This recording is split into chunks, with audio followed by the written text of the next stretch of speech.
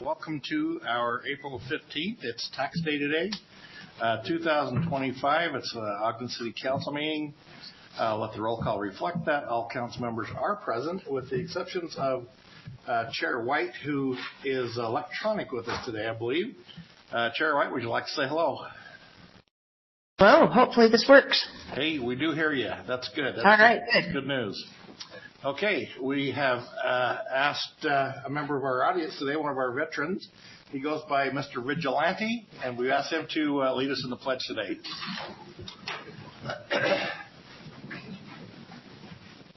I pledge allegiance to the flag of the United States of America and to the republic for which it stands, one nation, under God, indivisible, with liberty and justice for all. Thank you. Now, if you would please join us for a moment of silence, please.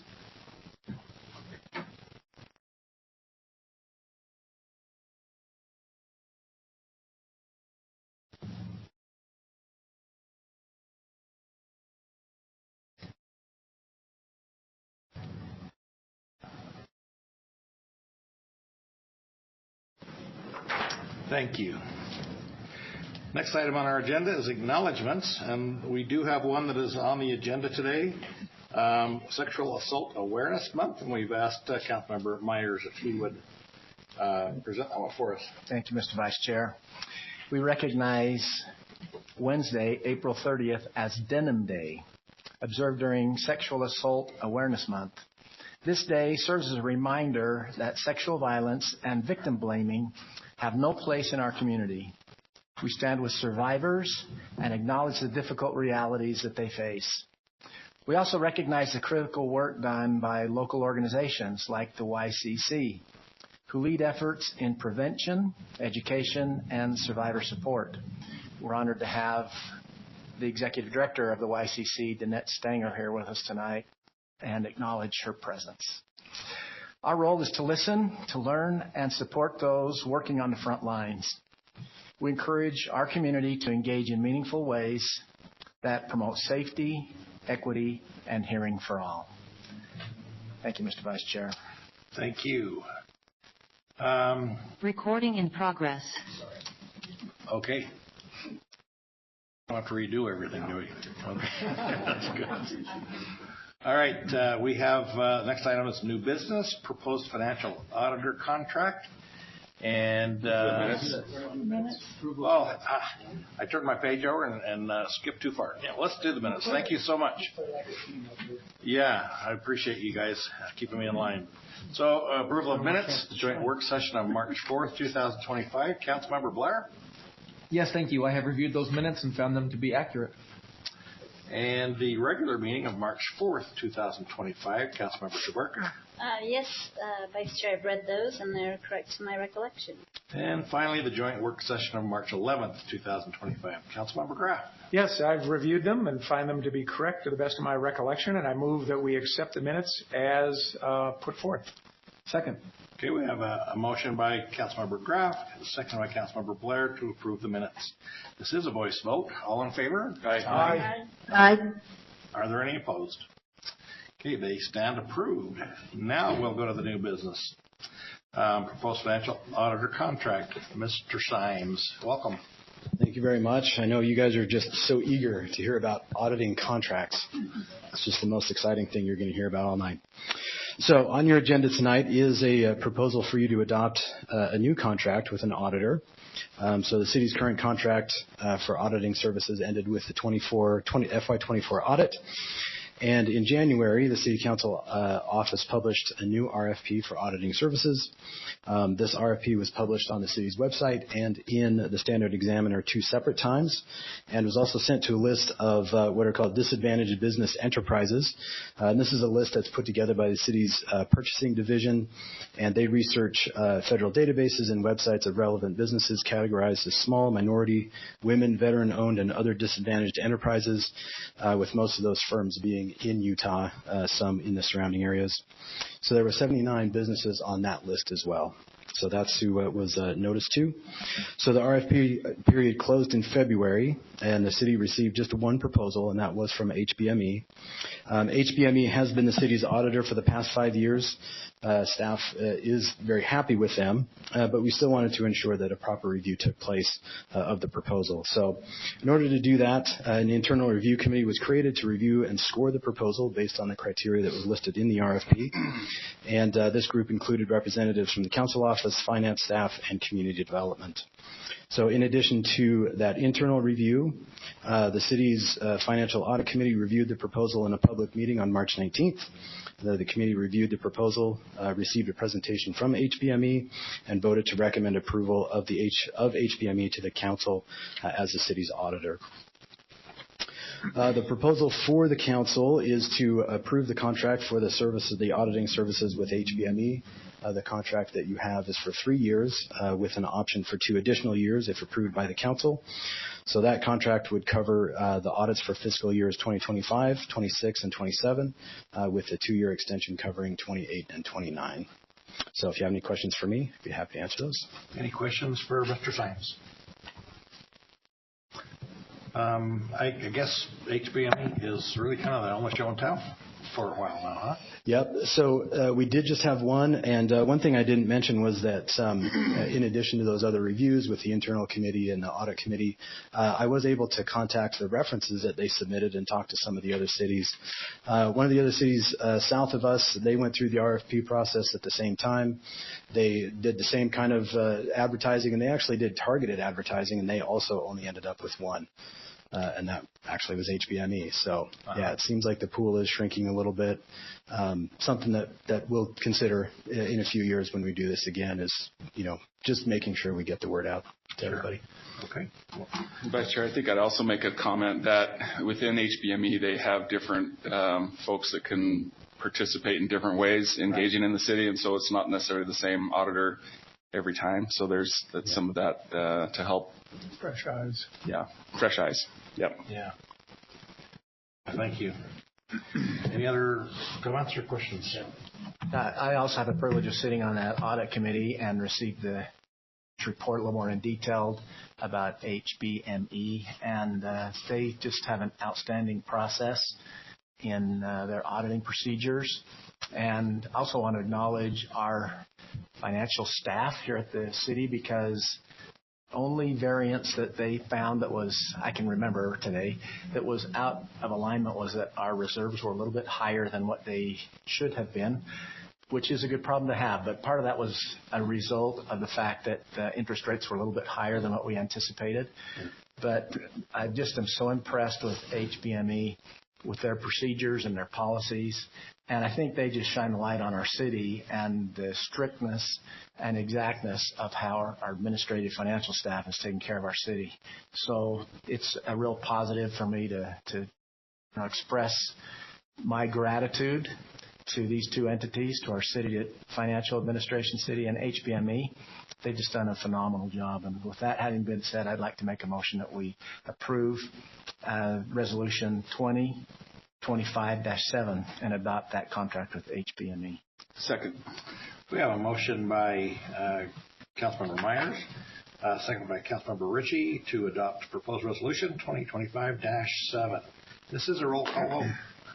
Councilmember Blair? Aye. Councilmember Chaburka? Aye. Councilmember Graff? Aye. Councilmember Myers? Aye. Councilmember Ritchie? Aye. Vice Chair Heyer? Aye. Chair White? Aye. Yay. That passes unanimously. That will be good to get them back moving for us again. So, all right. The next item on our agenda is public comment. This is Vice Chair Heyer, Yes. is Danette still there? Yes. She is. It was just an acknowledgement, but if we could have her just say a couple of words, if you don't mind. I know it's public comment, so maybe. Sure, you're the boss, so just let's a little bit invite her to do that. Well, I mean, it was great, and I really appreciate the acknowledgement, and I just just a couple of minutes, maybe, Danette, if you would come up and explain why we do it or why you do it and why it's important. She's coming up. And I'm putting you on the spot. I am so happy to be put on the spot, so thank you. My name is Danette Singer, and I have been the Executive Director at YCC Family Crisis Center since the beginning of this year, about January. But I've been with the organization for many years, for about 8 years, and I appreciate so much Ogden City taking a moment to recognize Sexual Assault Awareness Month. Meeting the needs of survivors of sexual violence is really an issue that takes all of us to come together to support and empower and uplift people who have experienced these really difficult crimes. At YCC Family Crisis Center, we're often known for being a domestic violence shelter and those services, but April gives us a month, to really focus on another important area, and that is that sexual violence is really prevalent in our community and in our nation, and it needs that spotlight shined on it so that we can improve outcomes for survivors. We have a team of 4 case managers and advocates and a whole team of hospital response team advocates that are available to support survivors 24 hours a day, 365 days a year. What we want people to know is services are available, that they're free, that they're confidential, and we are here to help. And it's also something, when we look at the history of YCC, we are entering our 80th year of being in existence. And YCC was one of the first sexual violence support centers in the state of Utah. So this issue has been going on for a long time. And it used to be something that was really hard to talk about. It was hard to address.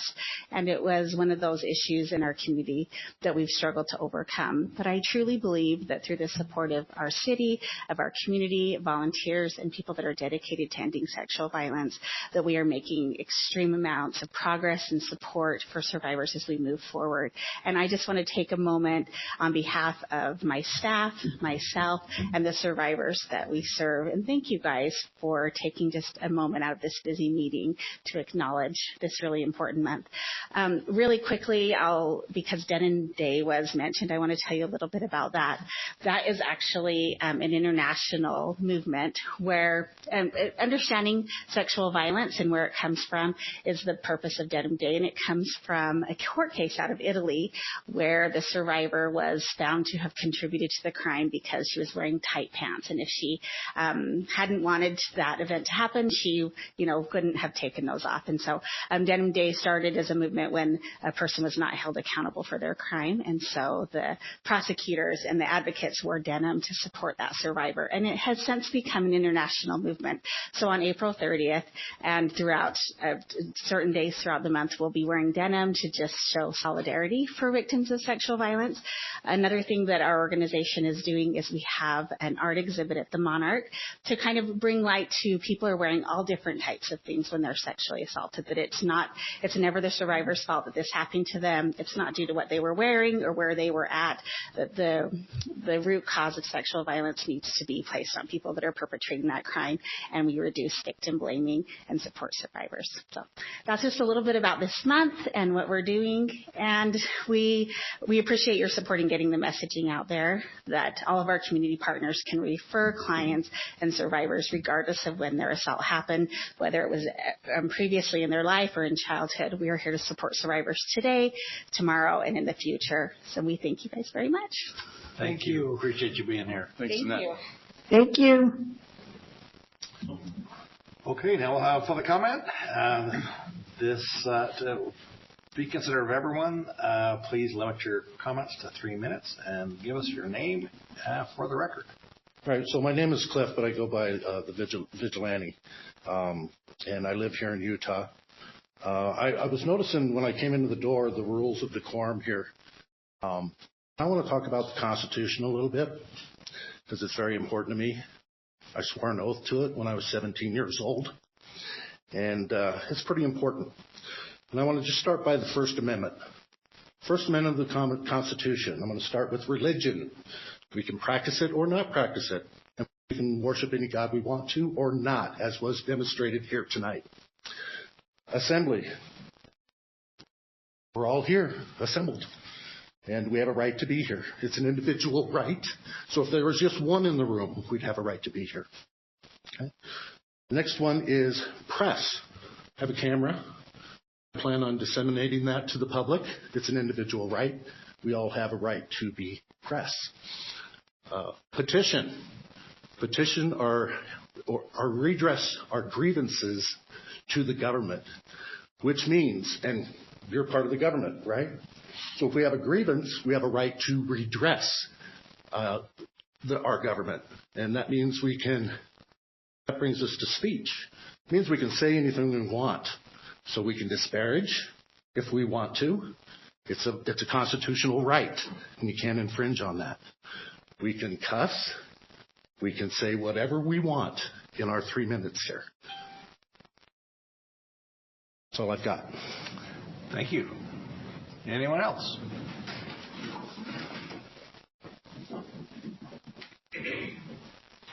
Looks like we're going to arm wrestle. Thank you. Appreciate it. Didn't want them to close shop before. Yeah, we close it down quick.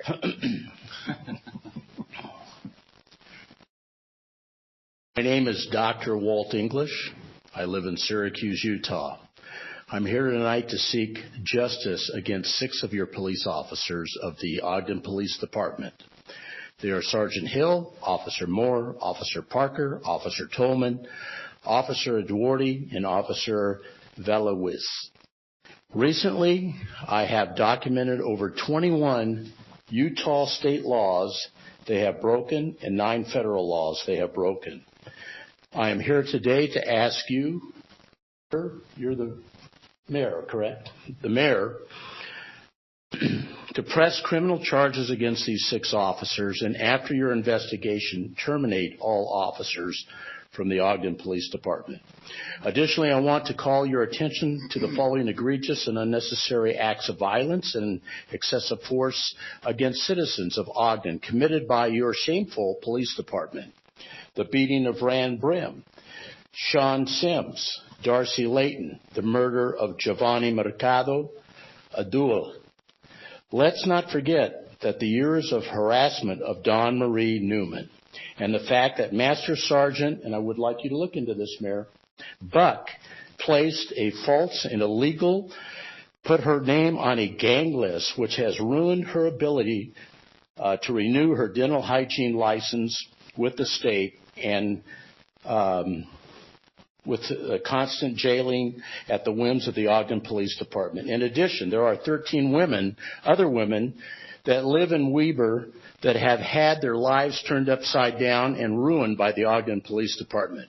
Additionally, on September 17th, the thugs of the Ogden Police Department showed up to the Utah Department of Child and Family Services and arrested Dawn Marie and me and kidnapped us. They arrested her on a squashed warrant out of Arizona, which had been expunged on the 16th, the day before of September. Also note that this was the 4th time that Ogden police had used the same warrant to arrest Dawn Newman. The Ogden Police Department are grossly untrained and uneducated in the civil rights of citizens of Utah, and the above-mentioned actions against the citizens of Ogden clearly demonstrate the criminal and unprofessional conduct of the officers of the Ogden Police Department. Finally, note, rated by the national organization Police Scoreboard, Ogden Police Department was and still is rated as the 2nd worst police department in Utah. The biggest problems cited in this report were lack of accountability and transparency, and emphasis on the fact that the Ogden Police Department doesn't take citizens' complaints seriously. And of the 11 mentioned... Walt, you've exceeded your 3 minutes. Well, okay. Can I just finish this up? I'll probably take about another minute. Not for another whole minute. If you just had a few seconds, then that would be okay. But well, for fairness, we have a 3-minute limit. Well, there's such a big line waiting. I know. Now, for you, being the mayor, okay. Anybody else? I'm going to give you this. This is my. I want to give it to you. This is my complaint. What you should start doing is putting a suspense date to the police department. Sure. We got to move on. You're I can talk to you. Not during our meeting. You're interrupting our meeting. Well, I don't know your rules, do I? Well, I'm telling you what the rules are. You've exceeded your 3 minutes. So. You should develop a suspense system with your police department that all Please sit down, sir. come across your desk. Please sit down now, sir. That's 7 months ago. Hey, your time's up. 7 months ago. Please sit down. The laws that they have that they violate. Do we need to take a recess? We've got our officer taking care of it. Thank you. Not a dog.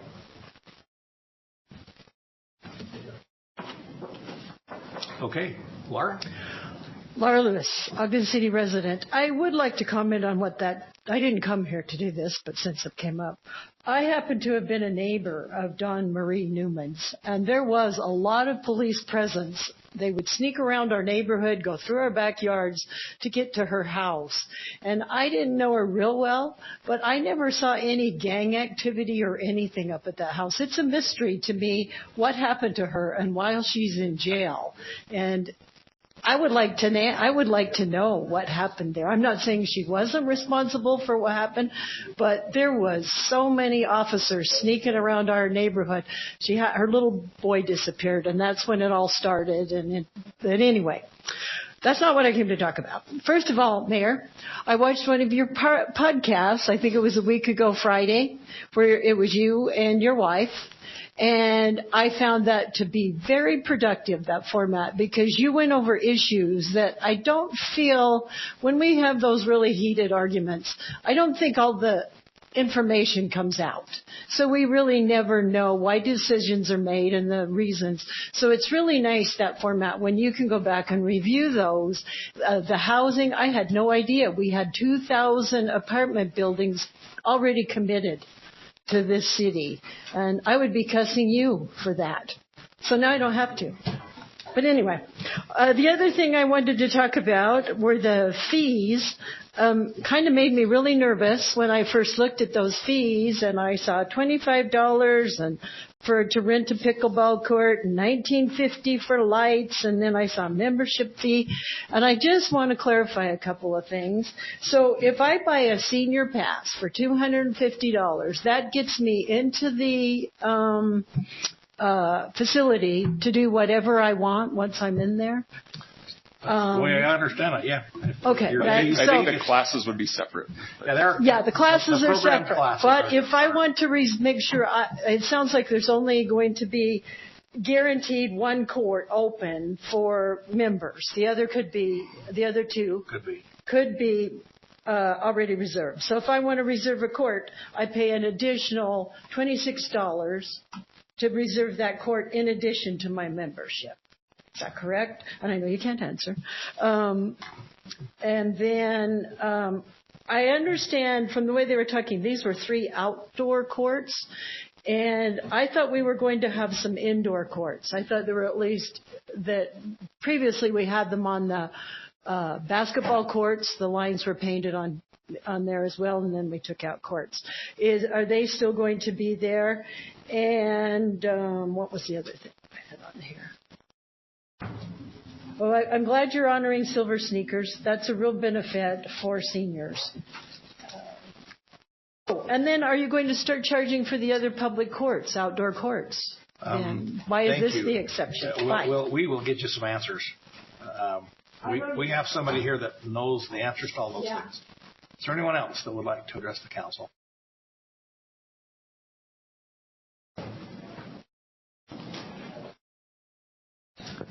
Deborah Darrington. I appreciate the opportunity of being in your work sessions. I come a little bit more prepared to these meetings and feel like a more beneficial citizen to the community knowing what's going on. I was not aware that Jeanette was going to be here from the YCC. And I want to thank the YCC, both locally and nationwide. Never in my wildest dreams did I ever think I would join the ranks of a survivor of both SA and DV. But it has no boundaries. There is no intelligence level or any financial situation, no upbringing, no religion that prevents a person from falling victim to that. And so I stand here as a proud survivor and very grateful, because the day that I stood trembling to get a permanent PO, 2 members, unbeknownst to me, showed up from the YCC, and I found myself standing with them instead of standing alone, and I am grateful for that. In regards to the Marshall White, when I moved to Ogden, my now almost 20-year-old twins were 6 years old, and Marshall White was a godsend for our family, and they took the kayak classes probably 8 times because it gave them free entry into the pool. And so I'm so excited to see that reopening. We are fortunate to, over the years, have had season passes to Disneyland, and the only way we were able to afford those was because our annual fee was broken up in monthly payments. And so that would be something that I would ask that you consider with the Marshall White.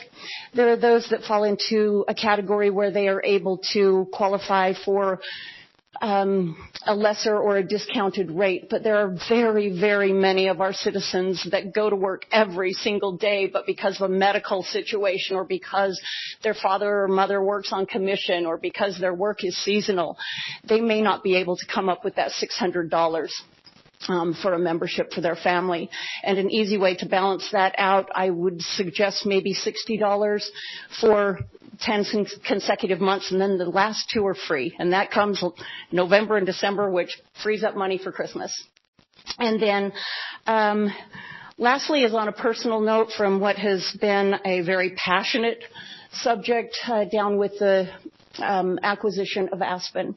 I do have a property there that I could care less if I make money on it, but I do think it would be something that would make a major contribution in cleaning up that area. So if there is anything that property could benefit the city for, I am open to discussion on that.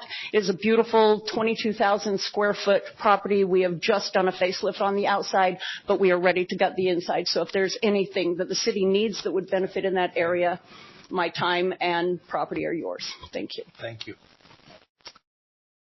Anyone else?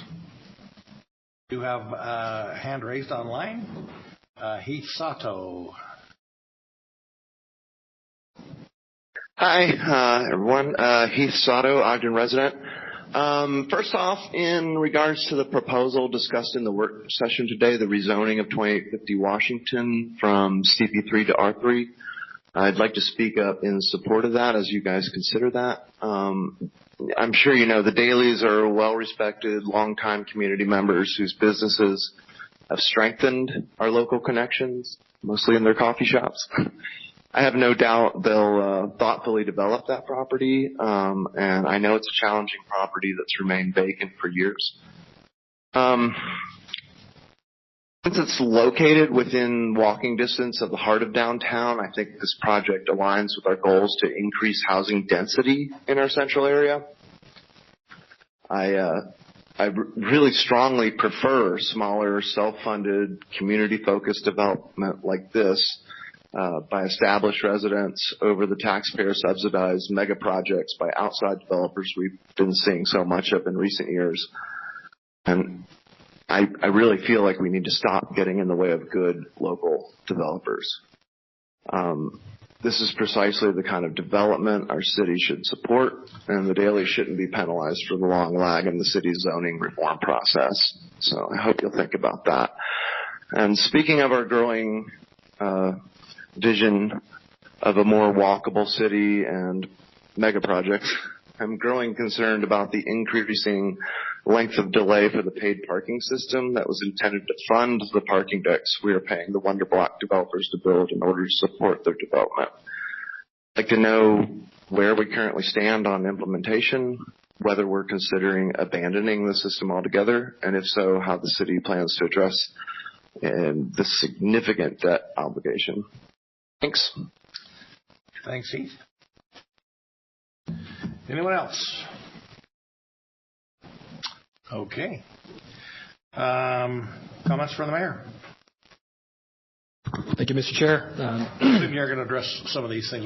Maybe we could have Taylor come up and address some of these first. Oh, he just moved. I'll If you don't mind, I'll just leave the Marshall White for Taylor. I'll just say I'm not going to comment on ongoing prosecutions. I'll leave it at that. Thank you for your assistance tonight.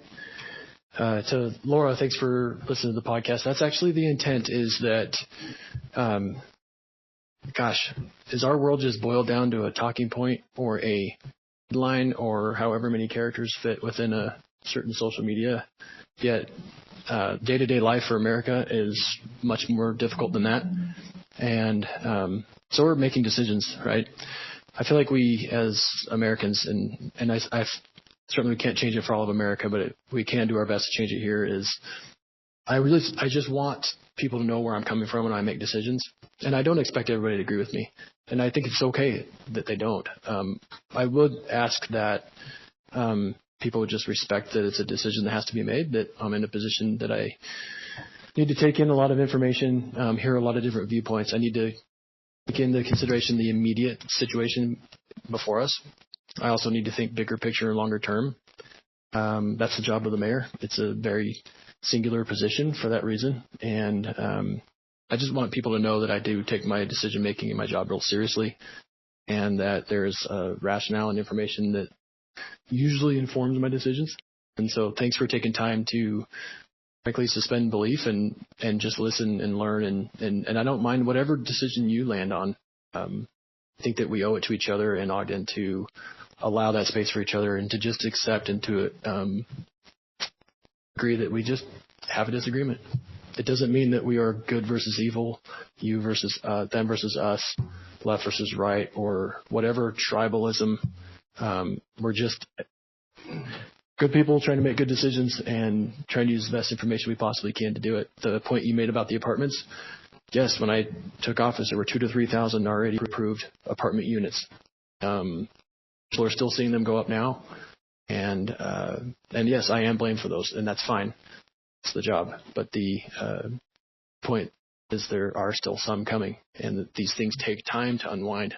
Land use decisions are really hard. We live in a city that's built out. We have a lot of historic structures like churches. Nothing about gutting that church is simple or straightforward. It's not new construction. And it makes decisions like the rezone you guys were considering in the work session. Thank you, Heath, for your comments and support. It makes every little oblong and flag-shaped lot and everything. It's just complicated, and it makes every decision a lot harder than just brand new construction on empty farmland. And so, what was the point of that format? Is I asked my wife to come in and to essentially interview me from time to time on topics of complexity and difficulty. And so thank you for taking that opportunity. If you could, David Sawyer's in the back. If you wanted to connect and talk about that property, that would be good. Thanks for that offer. And Taylor, do you have any insights on the Marshall White questions to help me with that?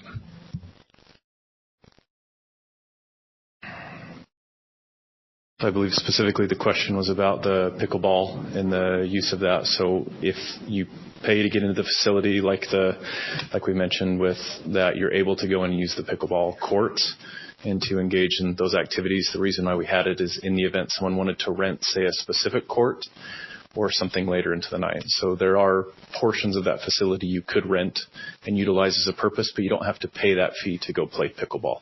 It's just available to members who are coming in using Marshall White.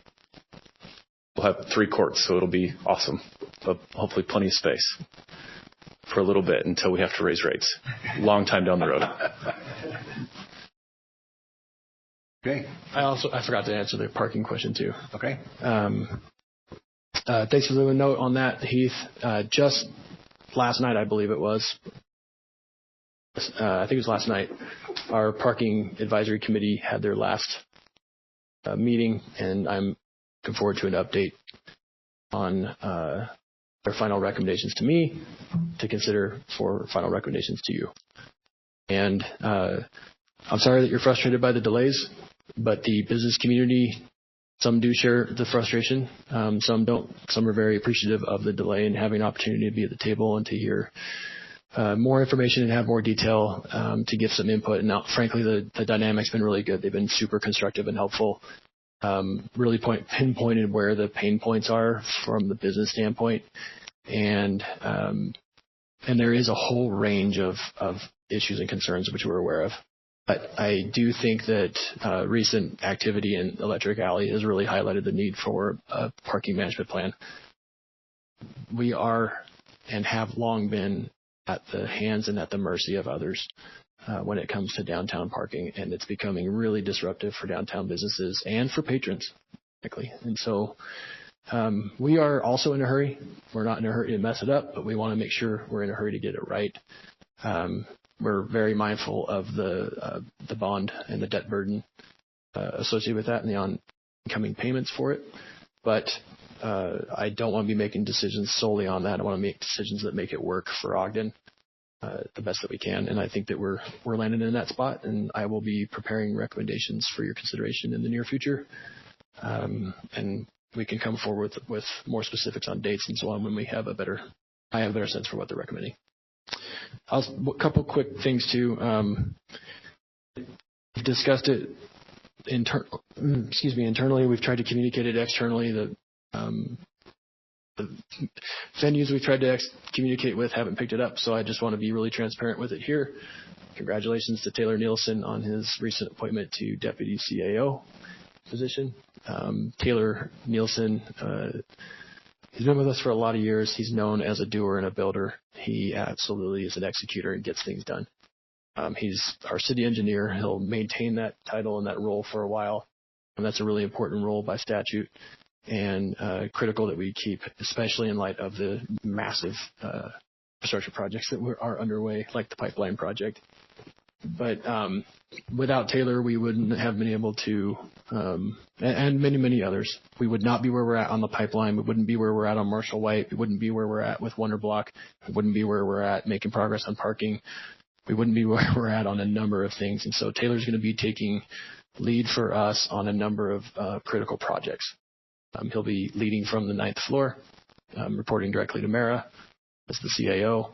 And that's going to relieve a lot of burden from Mara that she has been unable to keep up with the pace and the workload. And she can focus on the executive oversight and the administrative management of the city day to day, making sure that the communication and coordination and collaboration internally is aligned with the same communication and collaboration that we are leading out between me and Cindy externally. And with that way, we'll have executive function internally, external collaboration, plus priority projects all going in the same direction with executive leadership from the 9th floor of this organization. So, Taylor Nielsen, congratulations. Thank you for stepping up. We're thrilled to have you. We did a national search. We had a lot of candidates. We had external panelists from other cities and participate, and everybody was unanimous in our very own Taylor Nielsen being the top candidate. And one of the projects that I'm excited to get more progress going on is going to be the Union Station. It's critically important for the future of our city. It's been everything for the history of our city, and we don't want that to change. So finally, we're getting the pieces in place to start to finally build toward some big projects and big results. And that'll do it for tonight. Thank you. Thank you, Mayor. Council members, any comments?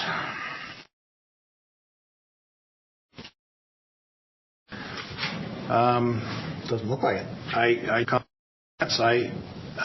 kind of address the chaos that happened earlier.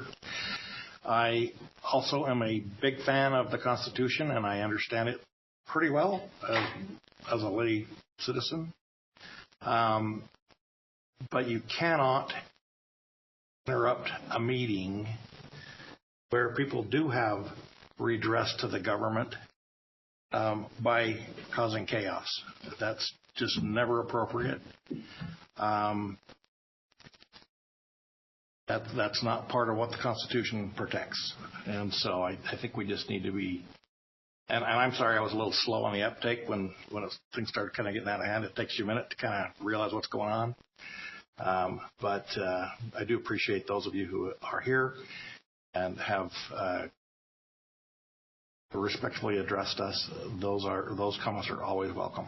So thank you for your comments earlier today. And unless there's something else, I'll look for a motion to adjourn. There was just one thing, maybe. Sure.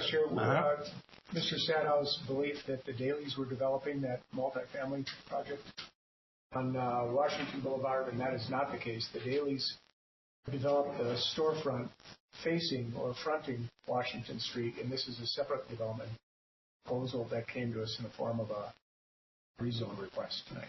All right. Thank you. Go looking for that motion. Motion to adjourn. Second. Motion by Councilmember Blair, second by Councilmember Richard to adjourn. All in favor? Aye. Any opposed? I don't know why I even asked that question.